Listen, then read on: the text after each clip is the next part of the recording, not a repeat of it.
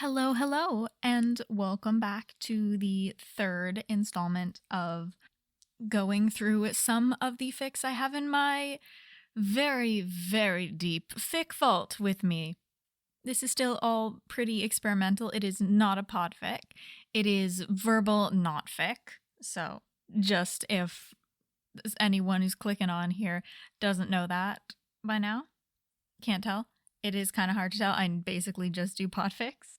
But yes, into it. So, today for you, I have a bit of a lighter concept. It's less story focused and is actually a bit closer to the first fic vault fic idea that I did, where it's more the characters and how me applying this modifier, which in this case is alternate universe, to the My Hero Academia characters would make things look.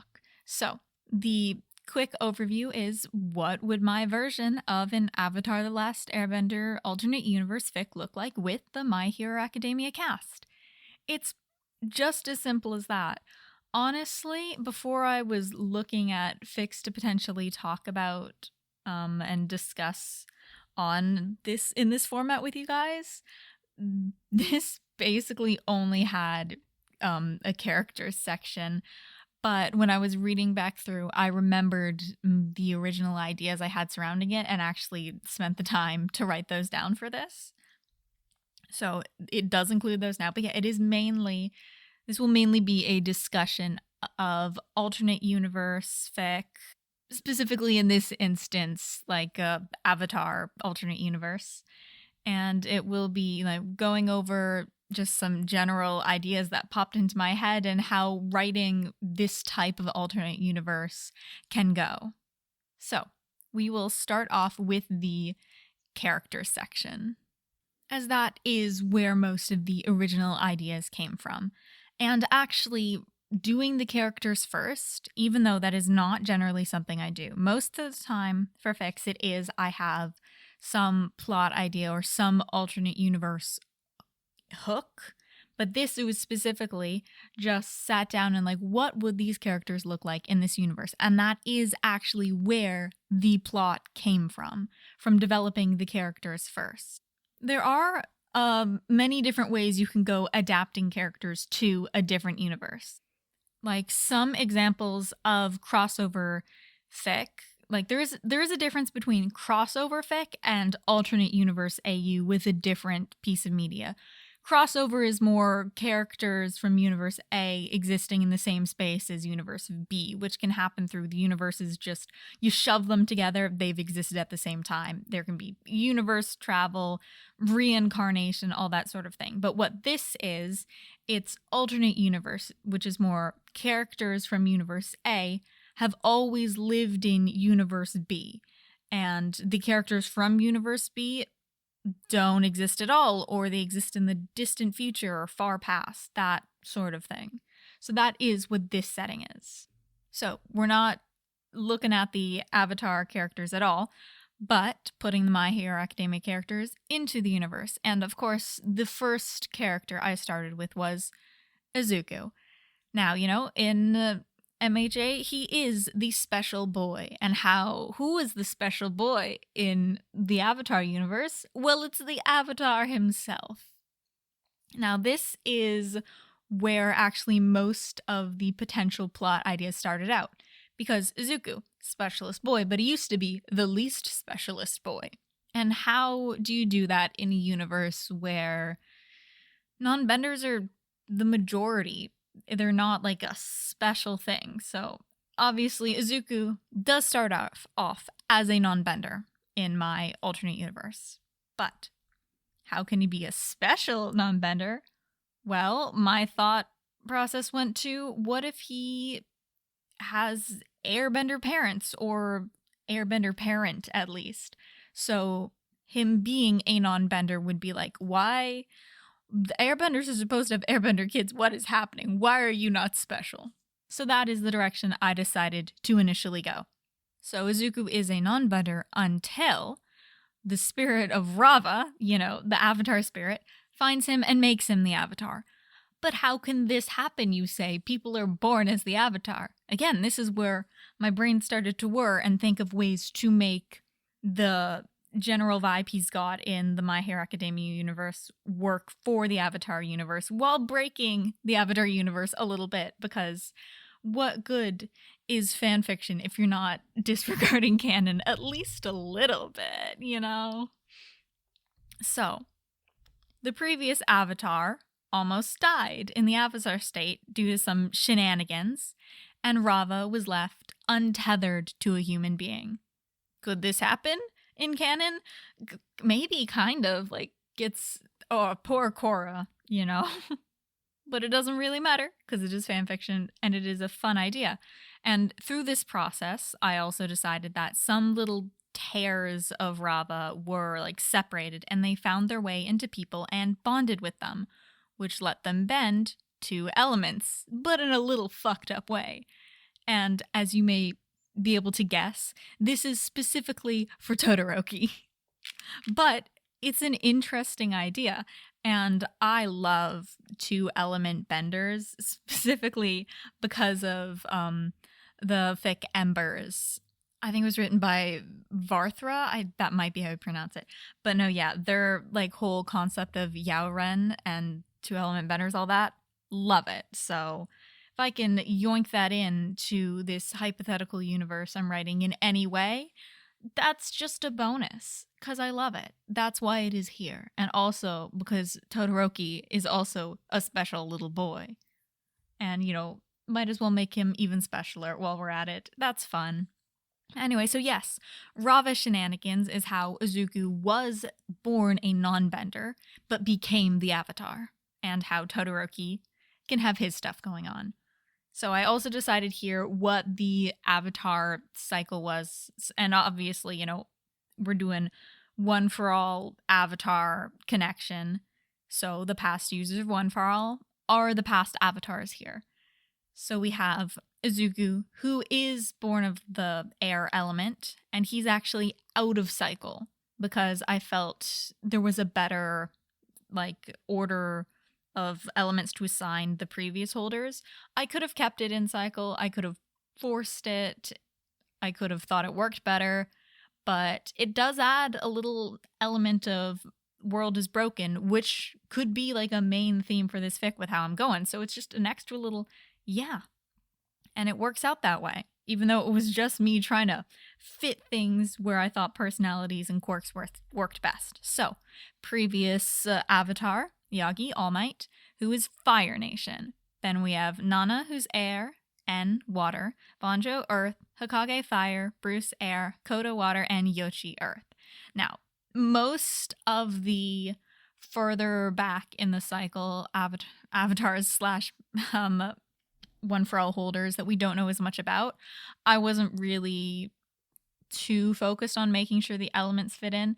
It was more the ones at the beginning. Like, I don't know why, but Toshinori does just give off fire vibes to me. So I felt that worked. And obviously, Nana with air with her whole like float power, that makes sense. And N with water as in like mist, smoke, thought that fit pretty well as well. Banjo, I don't know how to pronounce his name. Him with earth, it could be like Black Whip could just be like earth tentacle kind of things, or it could be metal bending. Haven't decided when that exists in this universe. It definitely exists at this point in time, but details have not been narrowed down. Doesn't really matter right now. Like, where the stage of planning is completely up in the air. But if I were to actually sit down and write this fic, I would probably decide by then when it was invented. So I could just, you know, narrow it down, make sure I know what the vibe is. So that is for Izuku.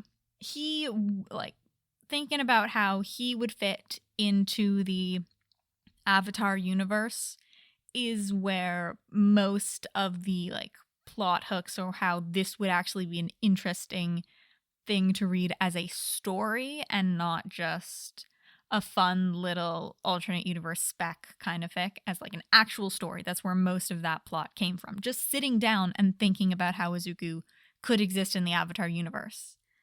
I don't nearly enough as I probably should, sit down with the characters and think about the differences, like in the fics that I'm writing where it is a bit more alternate universe. It is something I should probably do more often because you can get a lot of good ideas from there. Anyway, rambled enough about him, specialist boy. We're moving on. So I decided to split the characters between the different elements they are, like non-benders, firebenders, that. So we're starting off with non-benders, and they are split into two groups, actually. First, we have Koda and Tokoyami, who are both non-benders, but their specific distinction is that they have a connection to spirits. So Koda can see and talk to spirits, because his quirk can talk to, animals and command them, all that. I figured animals, people can't really talk to those in the Avatar universe, but they can talk to spirits, which most people can't really do. They can't see and communicate with spirits. So Koda being able to do that, having a gift for that, would make sense in the universe and create a lot of interesting ways to explore the spirit world more than they do in canon. And then Tokoyami, he's got dark shadow, so I've put he befriended a dangerous spirit when he was young. And they're basically BFFs, joined at the hip, though not literally. And I felt that was a good translation of his fic into this universe. So then, moving on, we've got Odro, non-bender. He's just like a martial fighter. He's more, not spiritual, but like disciplined. But in the Avatar universe, I decided that translates into he's from a family that is taking care of a temple for generations. He's got shrine keeper vibes here. Then we have Shinso, because of course Shinso is my boy. And I did not mention, I have all of the One-Eye characters here, which does pose some plot story issues that I'll talk about a little bit later and how I tried to work around them. But yes, everyone is here because this did just start off as me trying to assign everyone an element that they would bend, or if they wouldn't bend elements. And of course, Mineta does not exist because I can. So Shinso's here instead. And his quirk doesn't have any powers in this. He's just very persuasive. He grew up on the streets and dipped into the criminal underbellies of the city he grew up in to survive. And at some point, he's taken in by Aizawa, as a teenager or older child. Then we have Toru, non-bender, but she's from a family of thieves / a traveling circus, kind of like Ty Lee, but not chi blocking. But yeah, she's from a family of thieves, so she can be very sneaky, practically invisible. Then we have Sato, another non-bender.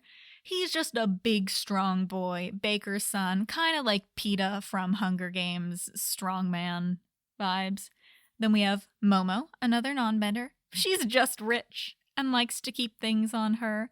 I guess closer to an Asami vibe if we're talking about any Avatar characters.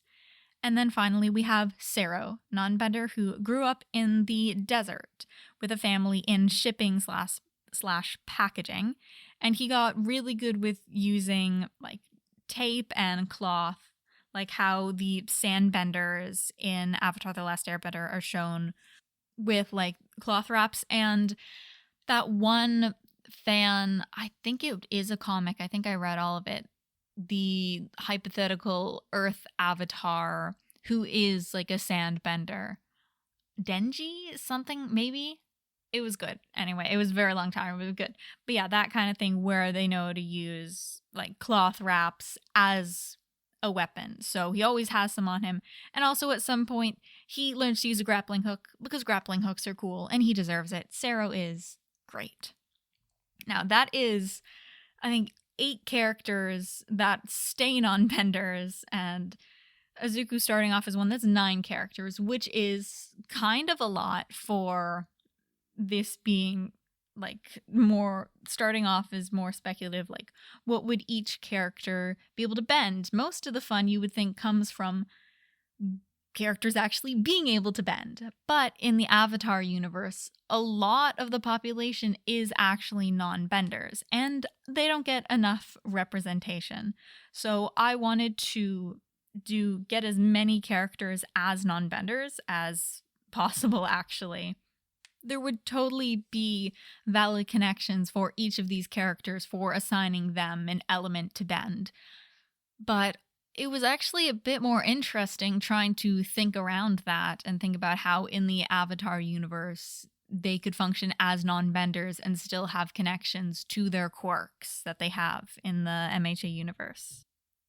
But now we are on to the benders, and first I have the firebenders, and Katsuki. Of course, he is a combustion bender. So, obviously growing up, he starts off as a firebender, but he's super talented and figures out combustion bending or is trained in that very early on. I don't know a lot about how combustion benders actually work, and if I was going to write this, I would probably look it up and then disregard half of what is canon to make it fit whatever vision I have, because it is important to know what you are breaking generally. And then we have Oyama next, who is also a firebender. His bursts of fire aren't very large, but they are bright and concentrated.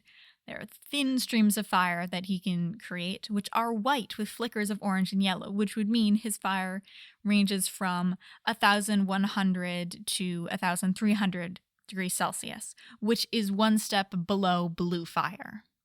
So I felt this worked in a physics way and a My Hero Academia kind of way. Because in canon, he has his navel laser. It is a relatively small beam of light. So how can we get that to work with fire? Well, if he does just do more concentrated small things of fire, it could theoretically be hotter.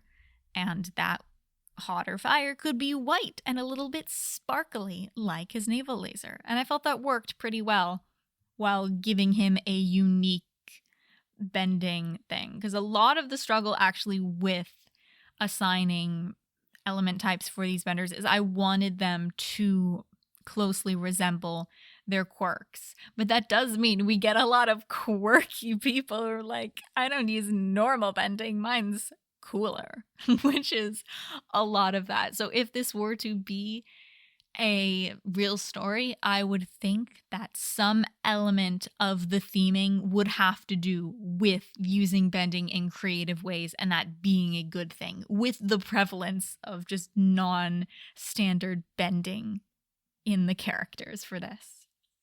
And so next we have Kaminari, who is a firebender, but mainly does lightning. And for this, I'm saying he had a hard time bending fire, but electricity comes really naturally to him. But he doesn't learn that until partway through something, either this hypothetical journey story situation or his childhood. Either way, that's to make people view him as a bit quote unquote dumber, because bending is held to such like a high standard, and being a bender who can't really control their element is just another way for people to look at Kaminari and think he's stupid, which is sad. Like how his quirk works in canon, he can overload his brain. That contributes towards people looking at him like he's not smart. So this is that version of his quirk drawback making people think he's not smart versus his non-affinity towards fire in its natural state making people think he's dumb. Sad boy. Anyway, on to Todoroki, who is nestled here because between fire and water, because that's the next section, because he is a fire and water bender. Because of the Avatar Rava shenanigans, he can bend both, because all of the Class 1A characters in this, they were born the same year the Avatar quote-unquote died, because getting the Avatar spirit ripped out of you kind of seems like dying when you disappear right after Yagi. So the universe thinks that he straight up died. And so the year that happened, Rava got kind of shredded and the kids were being born, and the shreds like children more. I guess that sounds creepy. That sounds creepy, but I think it would be the younger they are, the easier a time the little Avatar spirit shreds would have bonding to them in a more stable manner. So yes, that happened to Todoroki. But it is kind of messed up, even if it is more stable than some other potential characters. Because Todoroki can't actually bend water, he can only bend ice. And he can't learn any of the derivatives for either of like the bending types. And he lacks fine-tuned control. He can, send out big waves of ice and big waves of fire, but he cannot do a lot of the actual techniques that come from the styles of bending because his bending is a bit messed up. And this could also lay the floor for people thinking he is the Avatar when he is not. But so we are on to the waterbenders. And first up, we have Mina, who, yes, waterbender. I'm saying she grew up in the desert where they don't have that much water to play around with. So she was forced to learn with other weirder liquids, mostly the acidic cactus juice from the cactus plants by her house. So that is how I'm getting Mina her acidy quirk. She is a waterbender, but she likes weird liquids, specifically acidic cactus juice. I don't know if that is a real thing, but this is the Avatar universe. Just crossbreed that plant with something random and bam, it makes sense in universe. So I didn't need to do a bunch of research to try and justify that here. I love research, but not always. So that is Mina. And then we're on to Asui, who is a swamp bender waterbender, and she just grew up in the swamps. I felt that was pretty fitting for her. And then we're on to the airbenders. So we have Ochako, who is an airbender, and she prefers to use airbending to float objects and herself. Why does she do this? Because that's how her quirk works in My Hero Academia. She can obviously airbend normally, but I feel like everyone would have a preference for what forms they like better and how they like using their bending best, and that's just her preference, so it's what she defaults to. And then we also have Ida as an airbender, and he mostly uses his bending to increase his own speed. The reasons why he likes this best, I have not thought about, but I'm certain that I could come up with something if I wanted to develop this more. Or it could just be he's got to go fast. He's got to go fast and he likes it. It doesn't really matter. But this does lay the floor, set the groundwork for more deeper story ideas to come out from this basic character structure. So now we are on to the earthbenders. Now Jiro is an earthbender, and this is because of the whole vibration with her quirk. So I'm saying that as an earthbender, she is more in tune with the vibrations of the earth than actually bending a lot of the earth. She can vibrate the earth as well. What's his name in the licensing exam arc, like Shindo or something. Kind of like that. But I would say she's also good at or okay with bending smaller shards and shooting them at people. The next we are on to Shoji, who I'm also saying is an earthbender. And yeah, I would say out of all of the bending subsets that I assign characters to and try to connect it to their quirks, earthbenders are the ones I have made the most stretches at. But yeah, Shoji is an earthbender who works best when he's touching the stuff he's bending. So he tends to stick to bending himself an extra pair of arms. It's just what he excels at. And as a bit of backstory, saying he was conscripted into the Earth Kingdom army. He comes from one of the worst villages like we see in Zuko alone, who conscript younger kids. And because of his poor bending, how he's not able to do it in the standard way expected, he was dishonorably discharged after only 6 months. And last of Class 1A, we have Kirishima as an earthbender.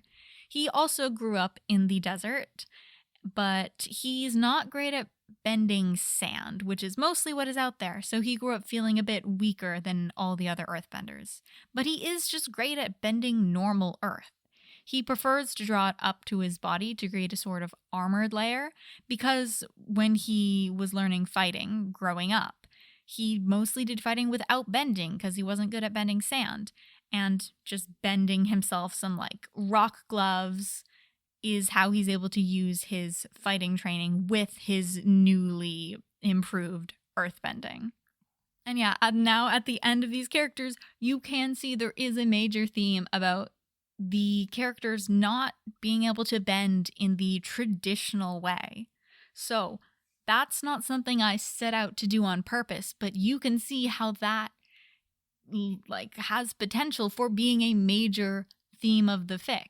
Not being able to do something the standard correct way and having to find a creative way to be as good as everyone else and be even better. But we are not done with characters now, actually, because that is just 1A. But I have a few other ones that most of them don't have as much thought. A couple of them are just tacked on at the end, but also fun. So just quickly, we have Aizawa as a non-bender.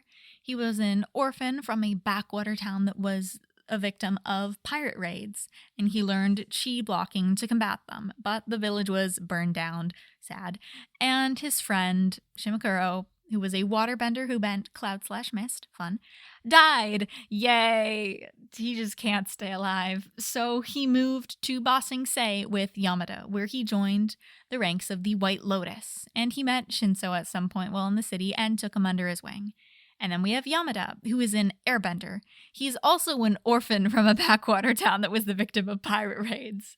And he, surprise, surprise, not great at traditional bending, so he learned to use his airbending to make high/loud pitch noises to attack. So he also, moved to Ba Sing Se with Aizawa and joined the White Lotus. Then we have Yagi, the former Avatar, who was split from Rava and presumed dead by the world because of the event. And then Nezu, who is a spirit-human hybrid, as a result of experimentation. He spent some time in the spirit world afterwards, but then crossed back over to the human world and is the current leader of the White Lotus.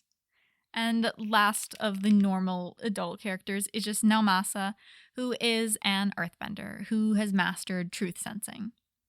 So now, as you can see here, I've done something with the White Lotus. Now, in canon, they are their own group and have their own stuff, but in this alternate universe, I'm equating them to, pro heroes, basically, and mainly UA pro heroes, with Nezu being the leader.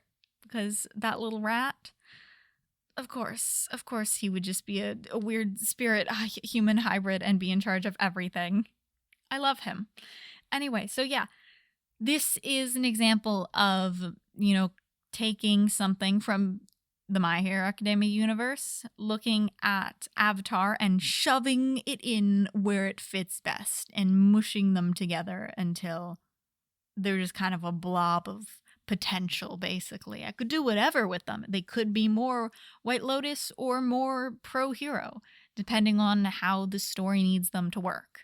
But it was two groups that fit a similar purpose to what I would have them be for the wishy-washy potential story I had already flown around in my head, so I mushed them together.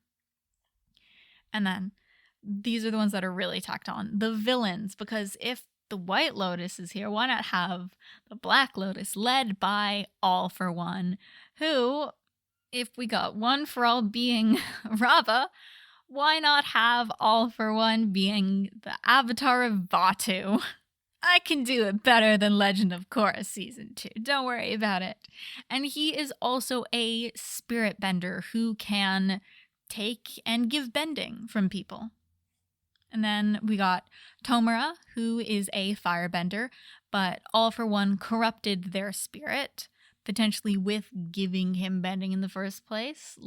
That, I'm pretty sure it's still a theory. I haven't actually finished watching My Hero Academia, so I don't know anything that happens after the Vigilante Deku arc. Don't stab me. Anyway.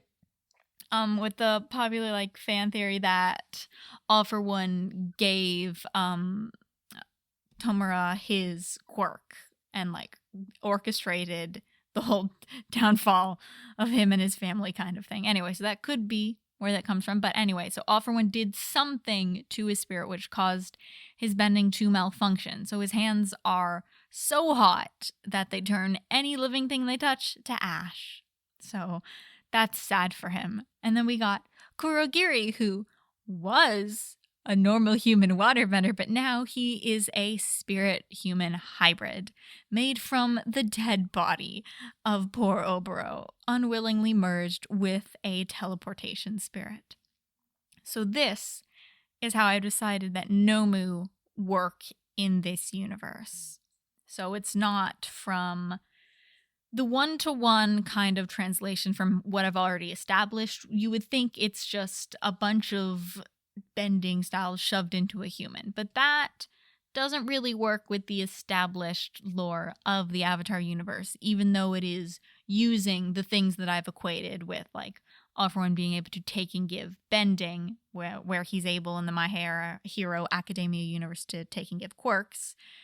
Those two things, I've equated them, but that doesn't make sense for the Nomu. So it's instead All For One messes with spirits, and like not just like the human spirit like I was referring to with Tomer, like the spirits in Avatar, and he mushed them together, and a dead body and a spirit, and that's how you make the Nomu here, which is lovelily horrifying and gives more opportunity to explore the spirit world and spirit shenanigans, which came up with Koda and Tokoyami. So then next we have Dobby, who's just a firebender with blue fire, Azula type kind of thing. Maybe All For One also messed with him. Maybe he got a particularly mean shred of Rava, which supercharged his firebending.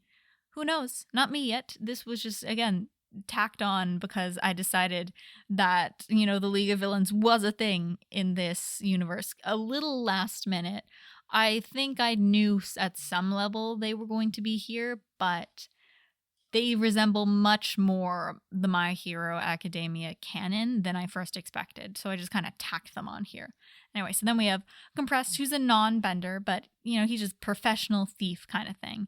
Then we got Magne, bad at pronouncing. Anyway, non-bender as well. Spinner, non-bender, human hybrid, but he was not messed with by All For One. He was just possessed by a spirit when he was young and mutated, sort of like in the Avatar 1 flashback in Legend of Korra.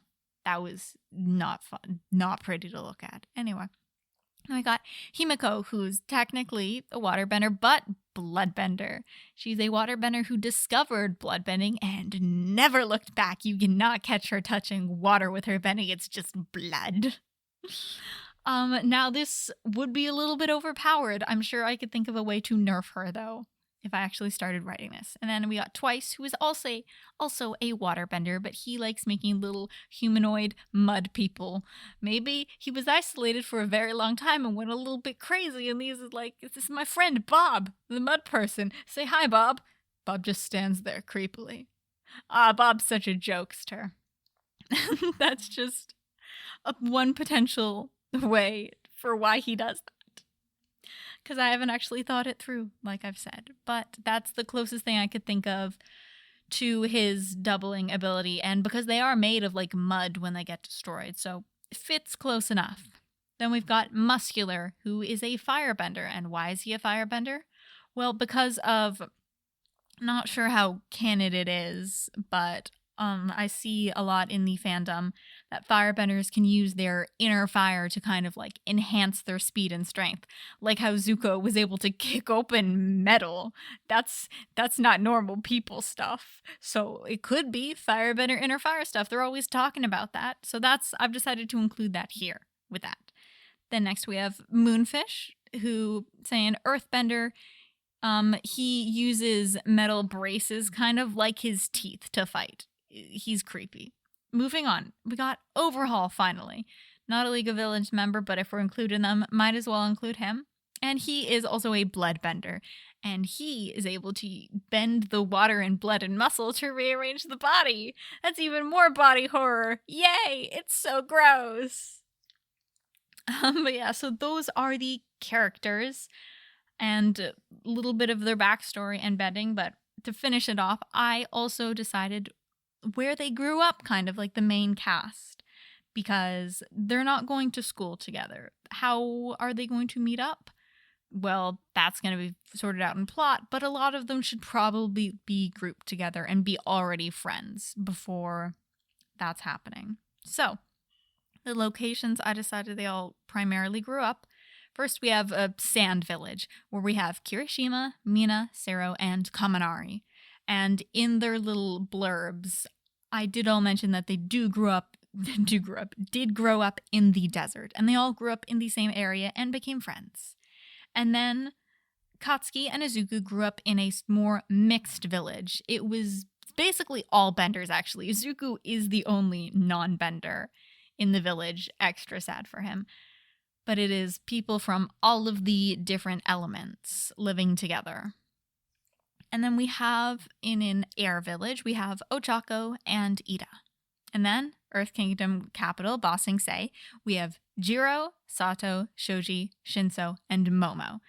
Shinso's the only one who has a more specific reason to be there other than being an Earth Kingdom, native. And then the swamp, we actually have 3 people who live here. Asui, who is stated to live in the swamp. Then we have Koda and Tokoyami, because the big great swamp we see in Avatar is the most spiritual place, besides the spirit oasis or whatever, but place where people live that's huge, very spiritual. So Koda and Tokoyami live there, though Tokoyami lives more on the outskirts of it.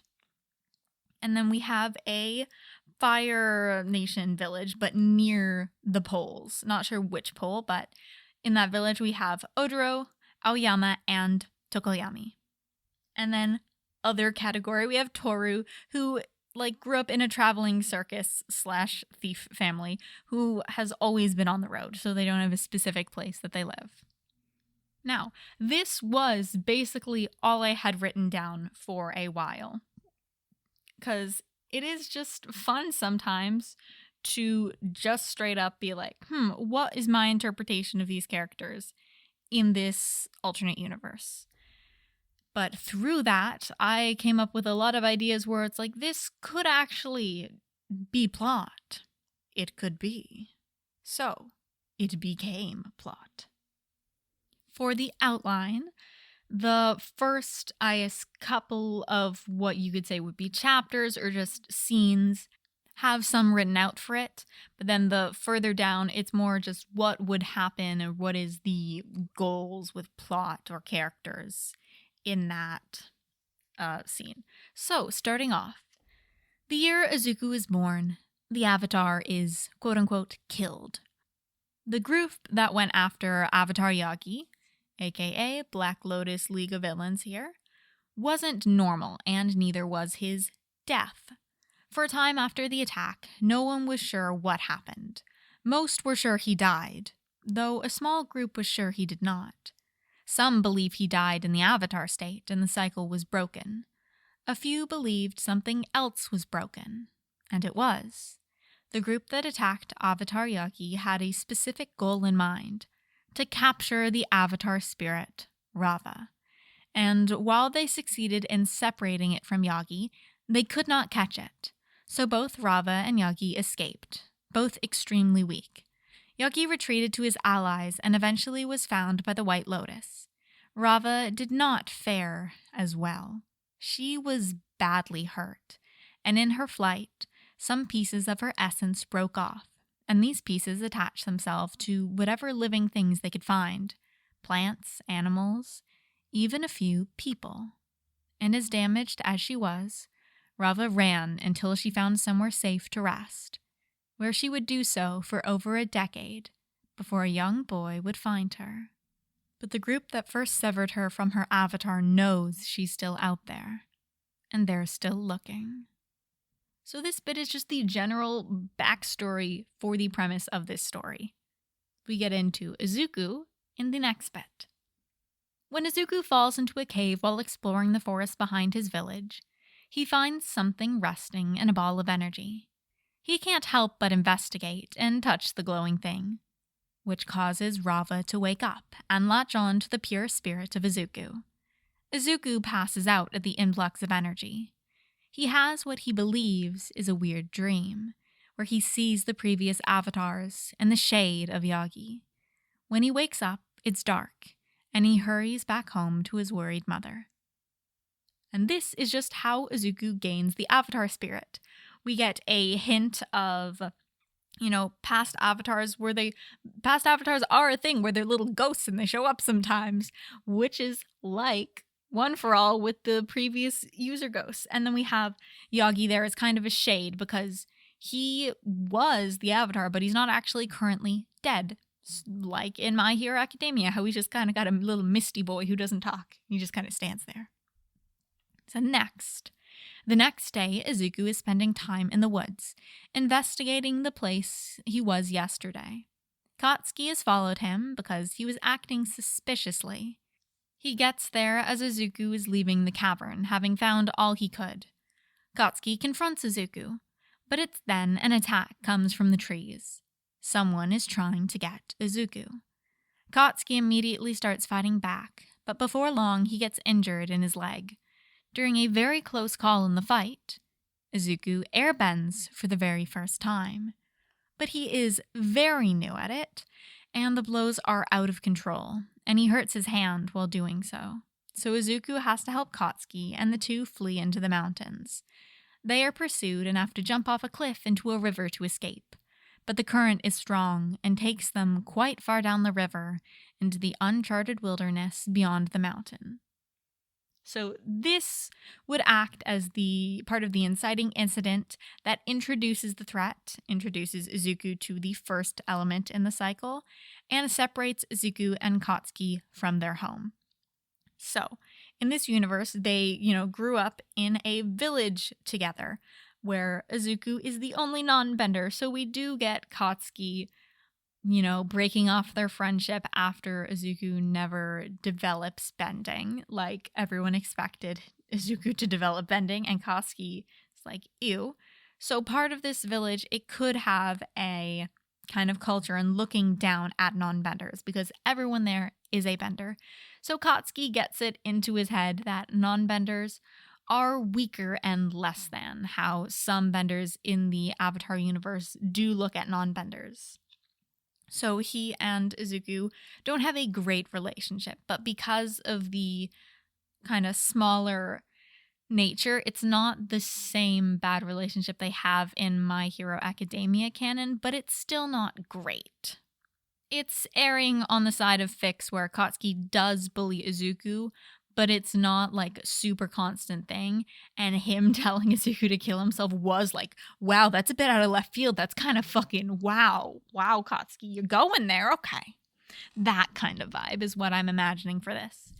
And the actual details of this are not worked out at all because they don't matter right now. Just trying to get the outline of the story. How this just needs to function as an inciting incident that's, introducing the threat and kind of getting them away from their normal safe area and forcing them to stick together. Because, like I said, Katsuki doesn't really like Izuku. Still, he's not great in this universe either, but it's enough that when they're alone and only have each other, that they agree to stick together. That's what needs to happen for this plot to happen. So, in this, the one attacking them could be anyone. I'm thinking maybe Muscular, just for fun. I don't know why. That's where my thoughts went. So, after that, they wash up in the woods and after a brief argument, agree to work together until they can get home. They walk through the woods until they find blank. I don't actually know what they find at this point, but what it needs to do is it will introduce them to more of the cast. Potentially, Yagi, Toshinori, and mentions of the White Lotus, at least, so they know the group exists. But that's before they get separated from whoever they find. This will key Izuku in to the fact that he's the Avatar, and wrap the original two of them firmly in this plot. So it's introducing the fact that they can't go back to their hometown right now.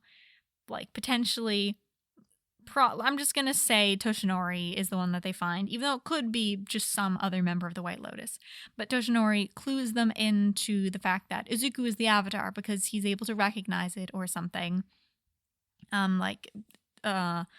Izuku bonding with Rava sent out like a wave of energy, kind of like Aang waking up from the iceberg, and he was following the lead and is like, yeah, I recognize that. That's new avatar. So he imparts them with some knowledge, and also knowledge that the ones who attack them as part of a group who will be hunting Izuku. And if they don't want to bring those violent people hunting them back to their home village, maybe they shouldn't go back right now.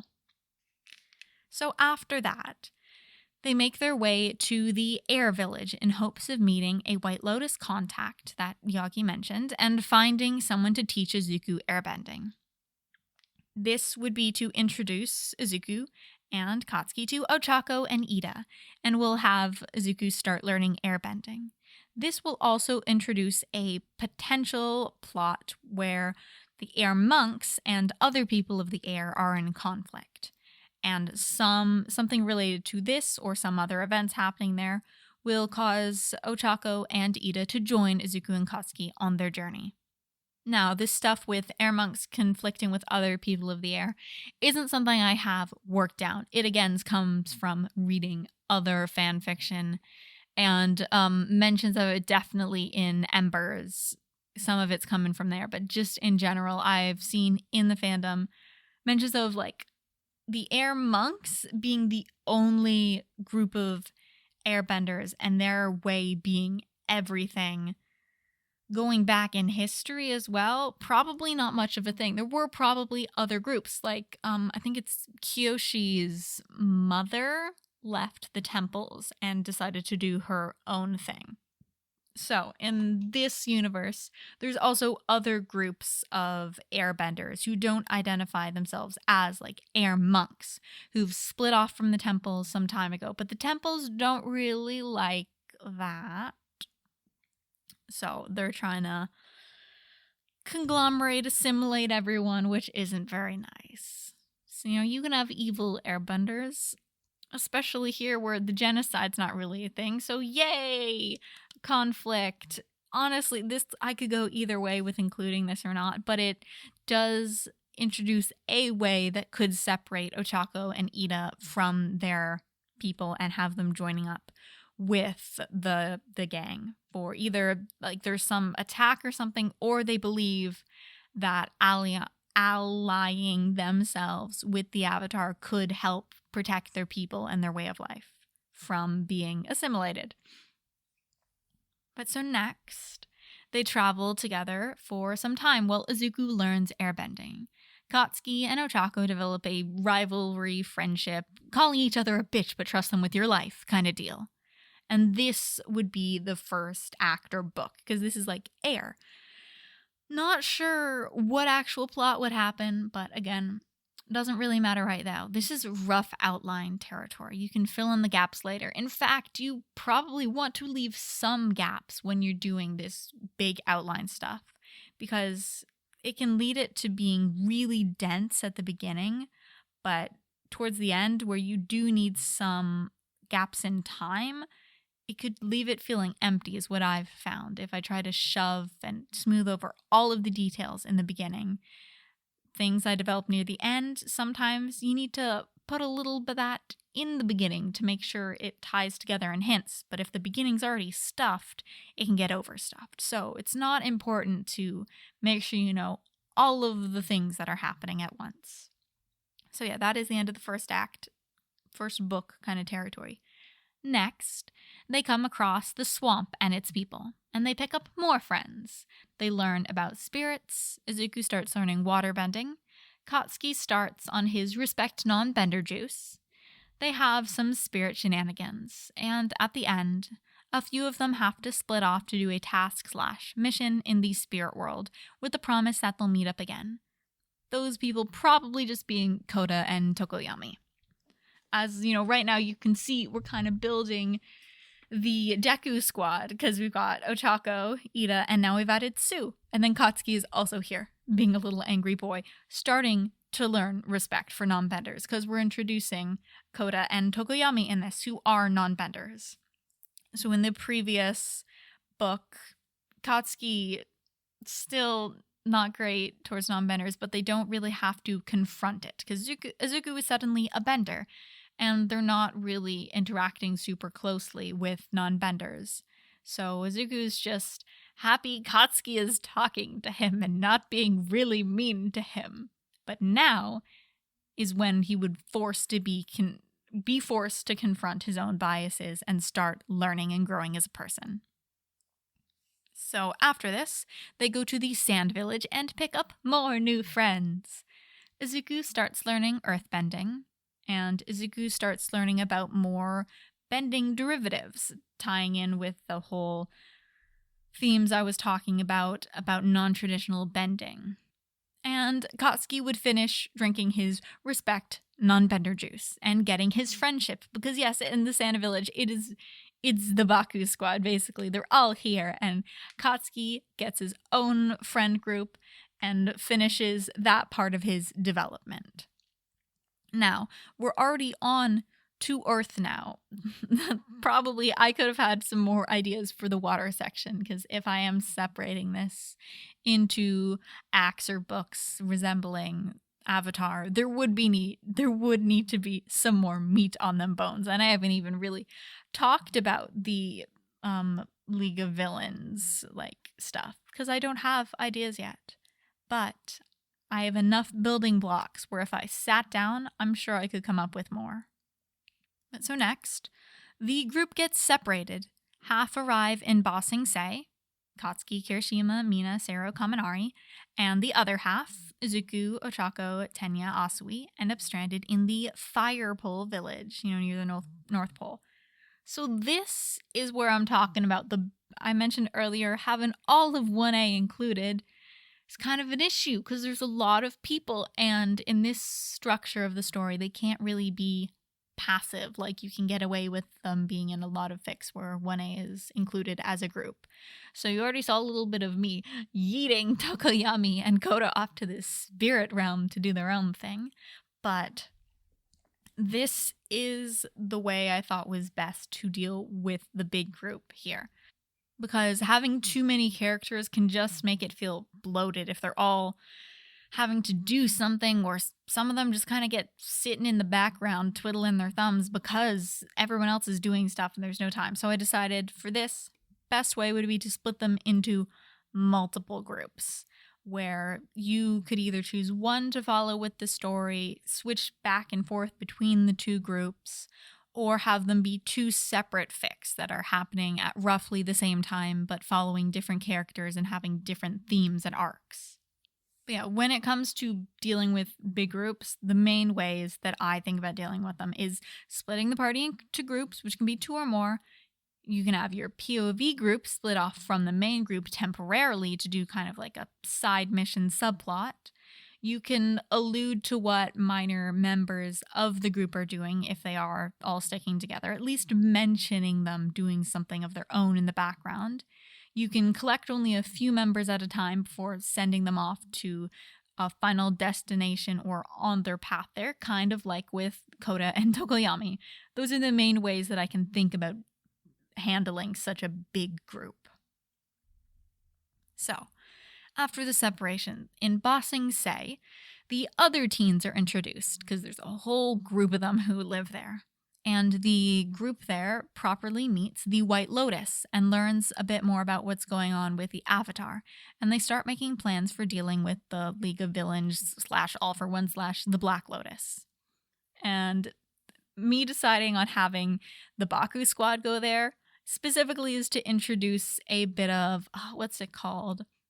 I don't think dramatic irony is the right word, but it's where the audience knows something that the characters do not. So the audience would learn some important information about everything going on if they're reading this part of the story. But then if you switch back to the Deku squad, they don't know any of this, but now the audience does. So they're going into everything that they're happening with, knowing some crucial information, because in the Fire Pole Village group, they're forced to stay for a bit for whatever reason, possibly a big storm or something, and Izuku starts learning firebending, but they come across some sort of mystery they have to solve, And it turns out that the leader of the village, Enji, is part of the Black Lotus. And this is a very bad thing for Izuku happening across this place. But with the help of their new friends, they are able to figure out the mystery and escape, taking their friends with them. So yes, in this I decided that Endeavor is just straight up an evil bad guy. Now this is something where I've decided in this fic something's happening that like directly contradicts what's going on in the My Hero Academia universe. But I don't see that as a problem. In fact, the opposite. With alternate universe fic like this, it can get a little stale where you're just seeing things from the original universe in a different coat of paint. And it can get a little bit boring. But with if you're able to walk the line between boring and not boring, but sticking with keeping a lot of things translated, if you have something like this where you change something, it can actually catch the audience off guard. Like making a character that starts off good in My Hero Academia or whatever main universe you have, and then making them start off on the wrong side here, or making a hero character that's not really a good person just be straight up evil here in this new universe. You're not really going to get many complaints because who likes Endeavor anyway with his child abuse? That's cringe, dude. Don't do that. So you're not going to get many complaints, which is making him straight up evil. It's fine. It's fun. And with how much this story has been like attempting to keep characters and stuff about like their quirks in line with the My Hero Academia universe, I think it's just different enough, but just the same enough that it does have the potential to catch the readers off guard with how it is just blatantly splitting off from My Hero Academia canon.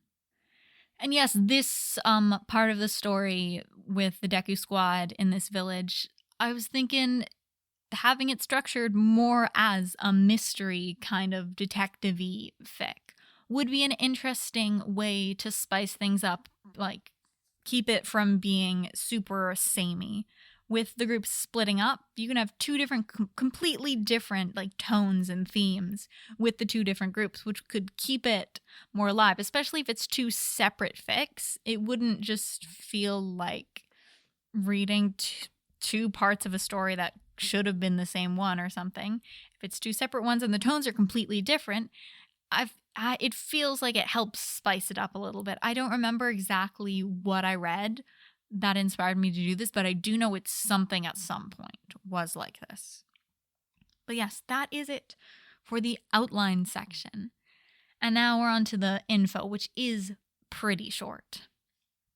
So yeah, this is just like little bits of, I guess, canon for this alternate universe, which I decided upon, which didn't really fit into mentioning somewhere in the character backstories or the outline, or at least not elaborated on to this extent. So, Endeavor could have actually had a role to play in the latest Avatar's quote-unquote death, specifically to try to get his son to be the new Avatar or be able to bend multiple styles, or get a favor from, All for One to try to get him to shove two types of bending into one of his children. Making the perfect kind of weapon thing. But that is how he would get tied in with the Black Lotus group, specifically to pursue his goals of having super strong child who could compete with the Avatar or even just be him, power reasons. So then, Inko grew up in the air temples. While out on her travels, she fell for a firebender named Hisashi and entered a relationship with him. But he abandoned/ghosted her after a few months. Before Inko could make her way back to the temple, she realized she was pregnant. She was happy but worried when she realized she was pregnant, as the temples are strict regarding their teachings, and if she had her baby there, she would have to give them up to be raised in another temple. So she started searching for a new home, where eventually Inko comes across a village that belongs to no one element, and while there, she befriends Mitsuki, who convinces her to stay. Now, this would also have the mentions of the conflict between the air monks and other people of air. And this is where I think originally I was imagining Izuku having two airbender parents to keep with the idea that he should have been an airbender, but he wasn't an airbender. But as I was going on and adding in a bit of this idea of like the conflict, part of that is that the reason that all of the, airbenders born in the temple are airbenders is because of how spiritual they are. But people like Inko who like separate themselves from the temples aren't as spiritual in that detached traditional sort of sense that allows all their kids to be airbenders. So even with like two airbender parents, there's no reason Izuku actually would have been an airbender, but by like the rules of how this works. But Inko might not have known that, and other people probably don't know that. So didn't really matter either way. And Izuku's dad literally has a fire-breathing quirking cannon, so might as well give him that. It could go either way, honestly. But that's the basic premise of at least how Inko left the temples and came to be in the village where Izuku was raised. So yeah, Izuku was raised in a blend of cultures, though Inko made sure to teach him the ways of the air monks. So that is kind of the part of the reason she was shocked when he appeared to be a non-bender. Because she did try to keep it alive and do her best to keep him spiritual, but didn't work. Didn't work for whatever reason. So Otako and Ida grew up in an airbender village, a settlement separate from the temples and monks. While the families do sort of co-raise their children to an extent, they do not give up their children to be raised by other people. That's seems to be the main sticking point so far of the conflict of people leaving the temples is, I don't want to give up my kid, dude. Which is valid. It is definitely valid. Like, the air monk way of life, also valid if that's what you're into, but I can see a lot of people not vibing with that, which I guess is why I've included it so much. And then yes, the villain group in this is All for One's organization, including the members of the League of Villains. And All for One is the avatar of Vatu and knows energy bending and is able to take and give bending. And I mentioned it a bit earlier, it wasn't actually in the text, but yeah, the energy surge from Rava bonding with the new avatar, much like Aang waking up from the iceberg, sends out a signal of sorts, which is how the League of Villains / Black Lotus is able to locate Izuku so fast. And the Nomu are made from shoving human and spirits together into one body. And that is the last of the text I have.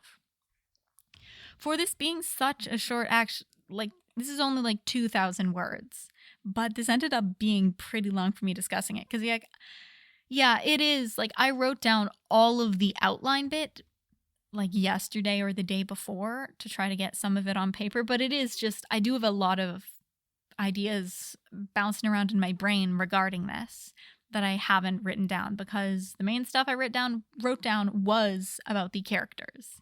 But I do have a lot bouncing around in there that were specifically inspired by the characters and how they came to be.